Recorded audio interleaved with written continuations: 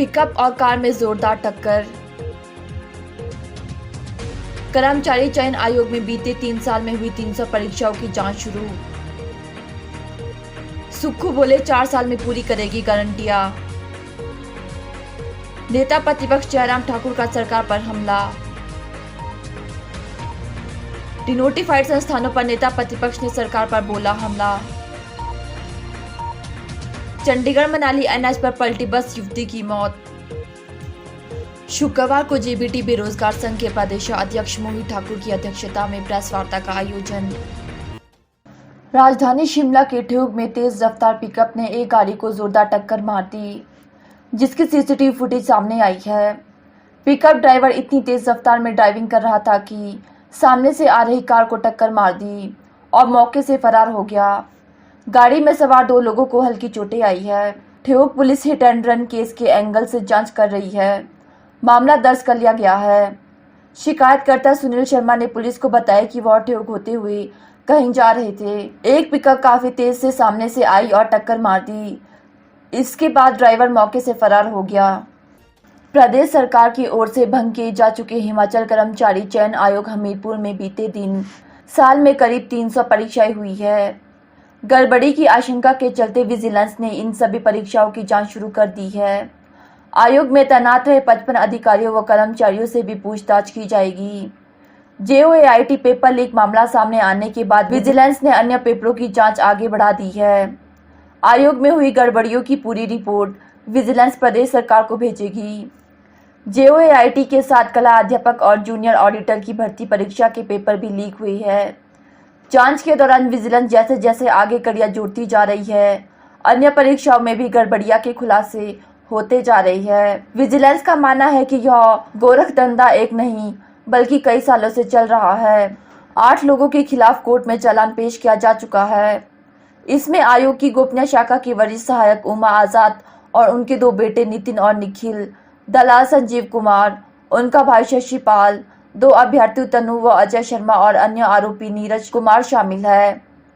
भर्ती परीक्षाओं के संचालन का जिम्मा आयोग के सचिव पर रहता था। पूर्व सचिव भी शक के दायरे में है। ऐसे में सचिव के खिलाफ भी विजिलेंस कोर्ट में अनुपूरक चालान पेश करेगी। मुख्यमंत्री सुखविंदर सिंह सुक्खू ने अब तक कहा कि हमने 1 साल में सभी 10 गारंटियां पूरा करने के लिए नहीं कहा है। जनता ने विश्वास कर हमें 5 साल के लिए चुना है। हम 4 साल के भीतर अपनी गारंटियां पूरा करेंगे। उधर भाजपा आरोप लगा रही है कि यह सुख की नहीं, इंतजार की सरकार बन गई है। कैबिनेट की पहली बैठक में ही प्रदेश ने पुरानी पेंशन योजना लागू कर दी, जिससे 1 लाख से अधिक सरकारी कर्मचारियों को लाभ मिला है। अन्य सभी गारंटियां भी चरणबद्ध 4 साल में पूरी की जाएगी। उधर भाजपा प्रदेश अध्यक्ष व सांसद सुरेश कश्यप ने कांग्रेस पर आरोप लगाते हुए कहा कि जूते के पांव नहीं होते और वह ज्यादा देर चल नहीं पाता। जब से प्रदेश में कांग्रेस सरकार बनी है तब से जनता को पता लग गया है कि इनकी सभी गारंटियां पूरी तरीके से झूठी है। वहीं पूर्व मंत्री गोविंद सिंह ठाकुर ने कहा कि प्रदेश की सुक्खू सरकार अब 10 गारंटियों से मुकरने लगी है। दीवारों पर लिखी गारंटियां भी नजर नहीं आ रही है। भाजपा ने शिमला में त्रिपुरा और नागालैंड में हुए विधानसभा चुनाव में भाजपा की जीत का जश्न मनाया। इसमें भाजपा नेता प्रतिपक्ष जयराम ठाकुर विशेष रूप से उपस्थित रहे। भाजपा कार्यकर्ताओं ने नारे लगाकर जीत की खुशी का इजहार किया और लड्डू वितरण किए। जयराम ने कहा कि त्रिपुरा और नागालैंड में भाजपा का बेहद अच्छा प्रदर्शन रहा है। इस जीत के लिए प्रधानमंत्री नरेंद्र मोदी, गृह मंत्री अमित शाह और भाजपा के राष्ट्रीय अध्यक्ष जगत प्रकाश नड्डा को शुभकामनाएं। वित्तीय अनियमितताएं हुई है, जिसके कारण जो है बदहाली की स्थिति में हिमाचल प्रदेश है। श्वेत पत्र सरकार इसको लेकर आने वाली है, इस तरह का उनका कहना है। देखिए, मुझे मालूम नहीं आखिरकार वो पिछला कब तक खोदते रहेंगे। मेरे हिसाब से उनको अब आगे बढ़ने के लिए भी अब शुरुआत करनी चाहिए। अब उनकी सरकार बनी है, लोग ये जानना चाहते हैं कि आप आने वाले समय में अब हिमाचल प्रदेश में सरकार बनने के 3 महीने के बाद आप क्या करने वाले। श्वेत पत्र का अगर जिक्र किया है तो मैं स्वागत करता हूँ। सारी बातों को लेकर के चर्चा करेंगे और ये बदहाली 5 वर्ष में उनको पहले बार इस प्रकार से इन सारी दायित्वों का निर्वहन करने के लिए यहाँ पर हमारे बीच में हैं, पूरे प्रदेश का नेतृत्व कर रहे हैं। तो शायद उनने इससे पहले कभी इस बात पर आकलन ही नहीं किया, सोचा ही नहीं कि भाई हिमाचल किस दौर में से आर्थिक रूप से गुजर रहा है।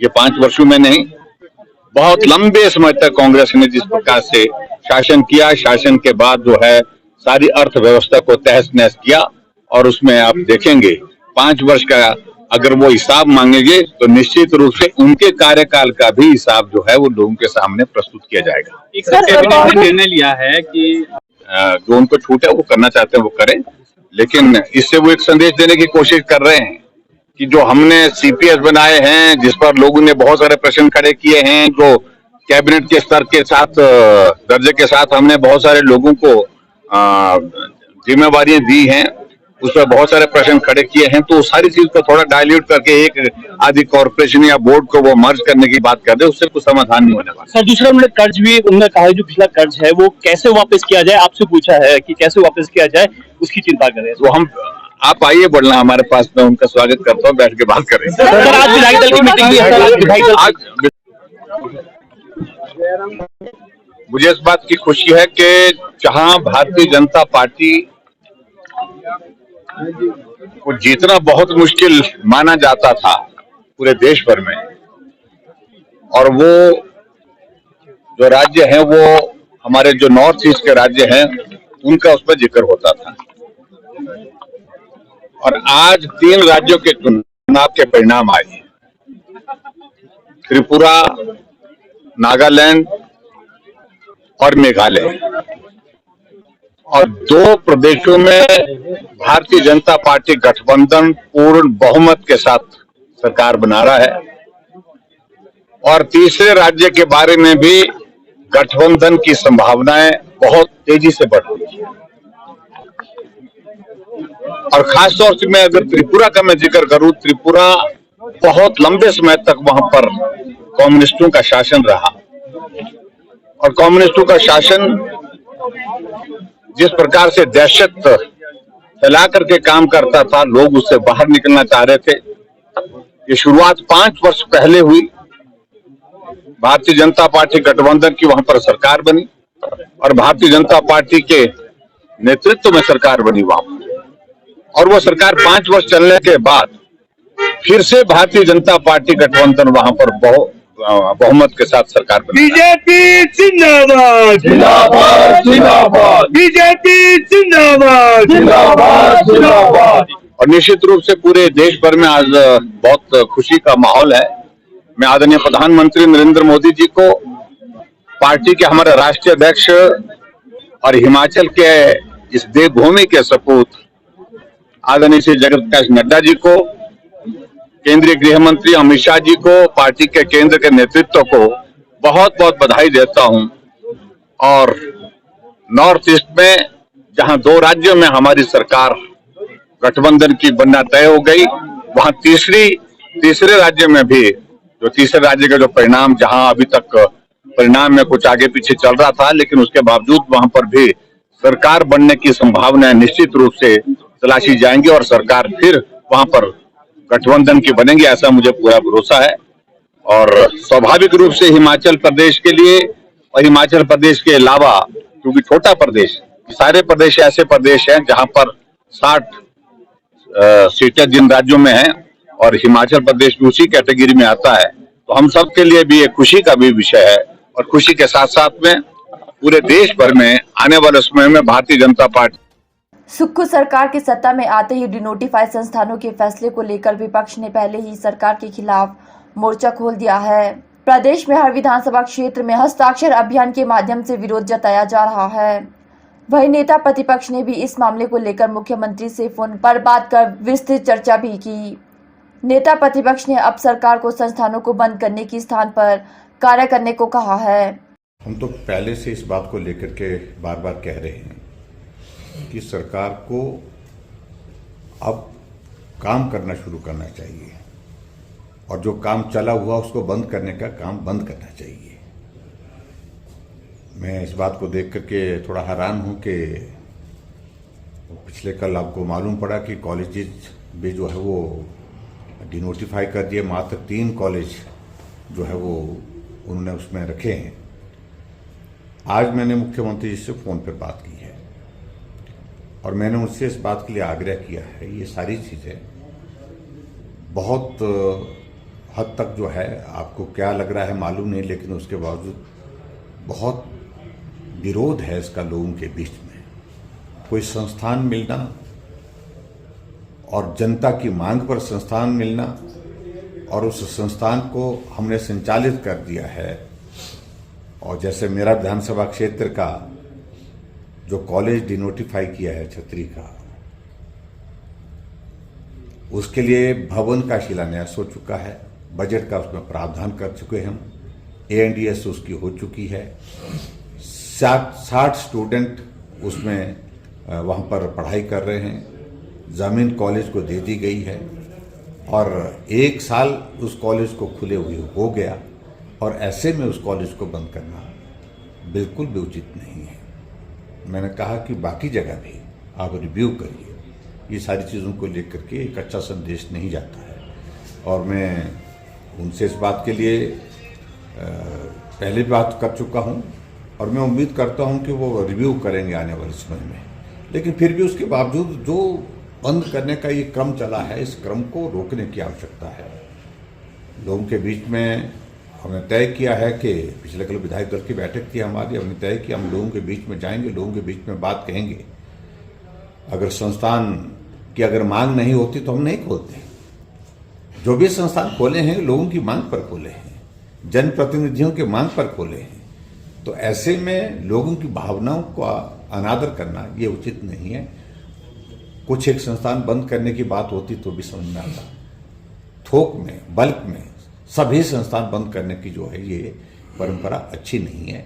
और मैं समझता हूँ कि जो हमने बात कहनी थी हमने कही है, और मुख्यमंत्री जी इस बात को लेकर के पुनः विचार करें और जो संस्थान खुले हैं उनको शुरू करें। क्या कोर्ट का रास्ता भी अपनाएगी? निश्चित रूप से वो लोग किसको रोक पाएंगे आप? जब सैकड़ों की संख्या में संस्थान बंद कर दिए हैं तो लोग अपना रास्ता ढूंढेंगे, आंदोलन करेंगे। आंदोलन से कुछ रास्ता नहीं निकलता है, वो लोग कानूनी रास्ता अपनाने के लिए आगे विवश हैं। अगर कानूनी रास्ते में उनको राहत नहीं मिलती है तो फिर उसके बाद फिर आंदोलन का रास्ता उनके पास है। और निश्चित रूप से सारी चीज़ को लेकर के एक बहुत बड़ा अनरेस्ट, जो एक नाराजगी का, एक निराशा का माहौल पूरे हिमाचल प्रदेश में हर विधानसभा क्षेत्र में है। मुख्यमंत्री कह रहे हैं कि जो 10 गारंटीज दी गई हैं वो 5 साल में पूरी करनी है, और कैबिनेट भी आज तीसरे दिन बुला दी गई। मैं इस बात को लेकर के बड़ा जरूर कहना चाह रहा हूँ कि जहाँ 3 महीने में 3 कैबिनेट होती है, अब हर दूसरे दिन कैबिनेट हो रही है। पहले कहते कि एजेंडा नहीं है, अब मालूम पड़ा है कि भाई अब कैबिनेट को इतने जल्दी बुलाने के लिए एजेंडा तैयार करने के लिए कहा गया है। मैं उसमें कोई टिप्पणी नहीं करना चाहता हूँ। कैबिनेट कॉल करना मुख्यमंत्री का अधिकार क्षेत्र है, वो करें, लेकिन कम से कम ऐसे निर्णयों पर परहेज करें जिन निर्णयों में जनहित के निर्णय जो लिए गए हैं वो प्रभावित हों। ये मैं जरूर कहना चाहता हूँ, और मैं उम्मीद करता हूँ कि मुख्यमंत्री जी इन सारी बातों को लेकर के थोड़ा विचार करेंगे। जिला बिलासपुर राष्ट्रीय मार्ग चंडीगढ़ मनाली 205 पर आज सुबह एक बस दुर्घटनाग्रस्त हो गई। हादसे में एक युवती की मौत हो गई, जबकि बस में सवार अन्य 40 लोग घायल हुए हैं। घायलों को स्थानीय लोगों द्वारा बिलासपुर के क्षेत्रीय अस्पताल में भर्ती करवाया गया है। वहीं पुलिस ने घटना के संदर्भ में मामला दर्ज कर आगामी कार्रवाई शुरू कर दी है। जानकारी के मुताबिक एक टूरिस्ट बस दिल्ली से मनाली की ओर आ रही थी। इस दौरान जैसे ही वह बस राष्ट्रीय मार्ग चंडीगढ़ मनाली 205 पर पहुंची तो अचानक बस चालक का संतुलन बिगड़ गया, जिस कारण बस सड़क पर ही पलट गई। बता दें, बस में 41 लोग सवार थे, जिसमें से एक युवती की मौत हो गई और 40 अन्य लोग घायल हुई है। घटना के बाद इसकी सूचना तुरंत पुलिस को दी गई। सूचना मिलते ही पुलिस की टीम मौके पर पहुंची और वहां मौजूद लोगों के बयान दर्ज किए। पुलिस हादसे के कारणों की जांच में जुटी हुई है। शुक्रवार को जेबीटी बेरोजगार संघ के प्रदेश अध्यक्ष मोहित ठाकुर ने अध्यक्षता में शिमला प्रेस क्लब माल रोड में प्रेस वार्ता का आयोजन किया।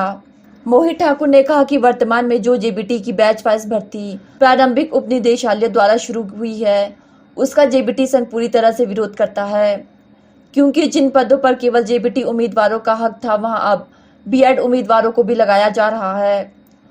उन्होंने बताया कि इससे पूर्व भी नवंबर माह में जब हिमाचल प्रदेश शिक्षा बोर्ड द्वारा जेबीटी टेट की अधिसूचना में बीएड उम्मीदवारों को बैठने का मौका दिया था, तो उसमें भी हाईकोर्ट द्वारा उस अधिसूचना में रोक लगा दी गई थी और फिर जो है प्रोटेस्ट भी करना पड़ता है। हमारी एक बार सरकार से रिक्वेस्ट रहेगी, आज ही के दिन हम जो है चीफ मिनिस्टर जी से भी मिलेंगे और एजुकेशन इस बात को मानते हैं और बीएड वालों को इस कैडर से बाहर करते हैं तब तक जब तक सुप्रीम से ये डिसीजन आता है कि बीएड वाले एलिजिबल है। फिर भी मैं ये कहना चाहूंगा कि फिर भी बीएड वाले जो है एलिजिबल जब भी हम करते हैं उसके बाद जो है हम जेबीटी का टेट भी पास करना होता है। वो टेट की क्वालिफिकेशन जो है एसेंशियल क्वालिफिकेशन है, वो होनी ही चाहिए। अगर किसी बीएड ने वो टेट पास किया गया है तो वो गलत तरीके से टेट पास किया गया। और दूसरा, स्टूडेंट्स को जो है जॉब दी गई है, 2 बैच वाइज में लगे हैं, 2 कमीशन के तहत लगे हैं, क्योंकि उनके पास जो है जेबीटी का टेट था कि उन्होंने जो है जेबीटी का टेट कैसे पास कर लिया। बोर्ड द्वारा निकाला गया है 2022 से पहले के जितने भी प्रोस्पेक्टस देखे तो उसमें ये लिखा गया है, उस लेटर में ये लिखा गया कि बीएड वाले भी जो है एलिजिबल होते हैं जेबीटी टेट देने के लिए। कोर्ट से हमें स्टे मिलता है, पहले हम प्रोटेस्ट करते हैं पूरे प्रदेश भर में, जब भी फिर भी जो है एजुकेशन डिपार्टमेंट नहीं मानता है तो फिर हम कोर्ट का दरवाजा खटखटाते हैं। जेबीटी टेट के ऊपर स्टे है, ना वो टेट दे सकते हैं ना ही वो टेट के लिए। साथ ही साथ मैं ये भी कहना चाहूंगा कि जब तक सुप्रीम जी सर, सबसे पहले तो अपना परिचय दीजिए। मेरा नाम मोहित ठाकुर है, प्रदेश अध्यक्ष जेबीटी यूनियन। हमारी शिमला में प्रेस वार्ता हुई है, जो बीएड को एलिजिबल किया जाता है जेबीटी बैच वाइज भर्ती में, इसके अगेंस्ट जो है हमारी आज प्रेस वार्ता थी। जेबीटी भर्ती में जो है बीएड वालों को एलिजिबल किया जाता है, जो कि सरासर गलत है, क्योंकि जेबीटी कैडर अलग है, बीएड का कैडर अलग है। और साथ ही साथ बीएड के स्टूडेंट्स जो है अभी तक जेबीटी का टेट देने के लिए एलिजिबल नहीं किए गए हैं। 2022 में जो है एजुकेशन डिपार्टमेंट द्वारा उनको एलिजिबल किया गया था जेबीटी टेट देने के लिए, लेकिन जिस पर जो है हाई कोर्ट ने जो है स्टे कर दिया है। अभी तक जो है वो जेबीटी का टेट नहीं दे सकते हैं, तो वो जेबीटी की बैच वाइज भर्ती हो चाहे वो कमीशन की भर्ती हो तो उसके लिए एलिजिबल नहीं होती है, क्योंकि जेबीटी का टेट होना वो बहुत ही एक एसेंशियल क्वालिफिकेशन है। और कोर्ट का भी ये कहना है कि जो लोग एसेंशियल क्वालिफिकेशन फुलफिल करते हैं वही लोग जो है एलिजिबल होते हैं जेबीटी कैडर में। और साथ ही साथ मामला अभी 2018 की नोटिफिकेशन सही है कि गलत है, क्योंकि राजस्थान हाई कोर्ट ने वो क्वैश कर दी गई थी और मामला इसके ऊपर जो है अभी सुप्रीम कोर्ट में चल रहा है। 2018 की नोटिफिकेशन के तहत ही बीएड वाले एलिजिबल हुए थे। ये नोटिफिकेशन एनसीटी द्वारा निकाली गई है और मामला भी सुप्रीम कोर्ट में चल रहा है। जब तक ये मामला सुप्रीम कोर्ट में चल रहा है तब तक जो है प्रदेश सरकार बार बार ये कोशिश करती रह रही है कि भाई जेबीटी कैडर में बीएड वालों को एलिजिबल करना है, जो कि सरासर गलत है। एजुकेशन डिपार्टमेंट ने ये कोशिश जो है सबसे पहले कमीशन में 2018 में हमारी कमीशन की पोस्टें निकली थी तब की थी। फिर उसके बाद जो हमने कोर्ट की लड़ाई लड़ी, जब हम कोर्ट से जब हमारे हक में फैसला आया और बीएड वाले इस केस में हारे और बीएड वाले बाहर हुए। फिर उसके बाद 2022 में फिर से जो है टेट के लिए एलिजिबल किया गया एचपी बोर्ड द्वारा बीएड स्टूडेंट्स को। फिर टेट में जब एलिजिबल किया गया तो उसके बाद भी जो है हाई कोर्ट ने उस पर स्टे दिया और हाई कोर्ट ने अभी तक उसमें जो है स्टे दिया गया है। जब तक इसमें सुप्रीम कोर्ट से ऑर्डर नहीं आ जाता या फिर हाई कोर्ट का कोई ऑर्डर नहीं आ जाता है तब तक जो है बीएड वालों को इस कैडर से बाहर रखना चाहिए। लेकिन ये तो कोर्ट के आदेश ये नहीं है। कोर्ट के आदेश ये है कि तब तक आप भर्तियां ना करें, क्योंकि पहले कोर्ट ने ये कहा था कि आप आरएनपी रूल्स बदलिए, आरएनपी रूल्स में जो है बीएड वालों को एलिजिबल करिए। हिमाचल हाई कोर्ट ने एलिजिबल किया था बीएड स्टूडेंट्स को, लेकिन उसी के अगले दिन जो है राजस्थान हाई कोर्ट का ये फैसला आता है कि 2018 की नोटिफिकेशन गलत है। फिर रिव्यू पिटीशन डाली गई थी, तब की सरकार ने रिव्यू पिटीशन डाली थी और जेबीटी यूनियन की तरफ से भी रिव्यू पिटीशन फाइल हुई थी। उस रिव्यू पिटीशन का लास्ट ऑर्डर ये है कि जब तक मामला सुप्रीम कोर्ट में है तब तक जो है भर्तियां ना की जाए और बीएड वालों को इससे बाहर रखा जाए। धन्यवाद। ठीक, थैंक यू।